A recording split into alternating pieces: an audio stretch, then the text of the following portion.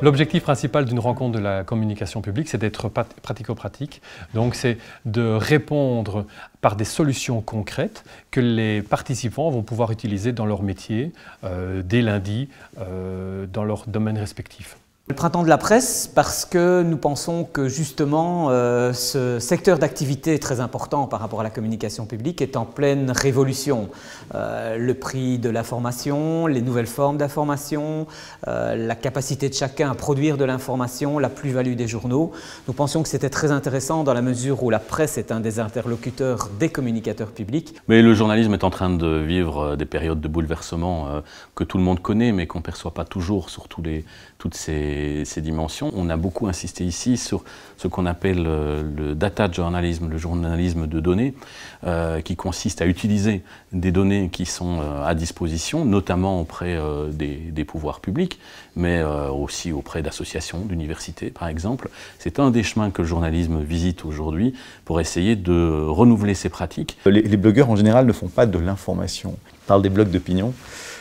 C'est issu d'un certain nombre de personnes qui, à mon avis, au départ par accident, par l'essai d'un article, pour voir si ça donne quelque chose, se sont aperçus qu'ils avaient peut-être une petite plus-value à apporter, un commentaire, un éclairage, une distance, et qui le font via un angle qui est celui de leur vécu, qui est en général non journalistique, ce qui peut être une force en matière de liberté de ton et une faiblesse en matière de non-maîtrise de certains codes. Est-ce qu'une information remontée par des blogueurs, remontée par telle ou telle personne, pourrait être prise dans les journaux? Oui, on doit avoir une réflexion là-dessus. Je vais donner un exemple. Est-ce que parler de The Voice, montrer une vidéo sur nos sites de The Voice, est-ce que ça doit être fait par un journaliste ou est-ce que ça peut être quelqu'un qui est très sensible à ça, de 20 ans, 22 ans, qui vit toute la soirée, qui suit les différents candidats là, sur cette émission-là, qui puisse en parler?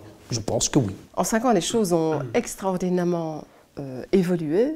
À la presse classique, papier, relativement temporel, se succède aujourd'hui un rythme effréné de la communication électronique, du tout à la vitesse. Et ça peut avoir évidemment un impact extrêmement positif. Par contre, au plan de la communication, je pense qu'il faut garder de bons réflexes. Comme disait Mitterrand, il faut laisser du temps au temps.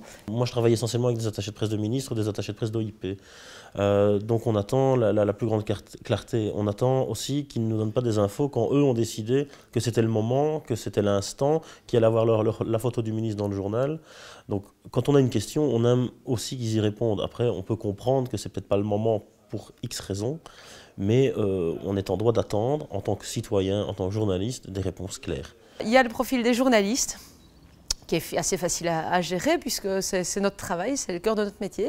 Ensuite, avec les politiques, là, l'équilibre il est quand même un peu plus serré. Pourquoi? Parce qu'on ne peut pas raconter de crack aux journalistes. Et donc, si un journaliste pose une question à un ministre et qu'il cherche chez nous après à confirmer son information, on doit rester loyal vis-à-vis de l'un et d'un autre côté, maintenir notre rôle de service public et donc dire la vérité au second. Le rôle de porte-parole est beaucoup plus stratégique. Beaucoup plus méconnu aussi parce qu'on a pour habitude de travailler dans l'ombre, c'est notre fonction qui veut ça, mais qu'on a une capacité réelle d'influence sur la nature même des décisions qui sont prises, parfois jusqu'à les créer de but en blanc, ayant conscience des besoins qui sont exprimés par la population, des attentes des journalistes et des besoins qui sont exprimés par la personnalité pour laquelle on travaille. Ces différents éléments conjugués permettent de garder une certaine distance par rapport à l'environnement dans lequel on évolue.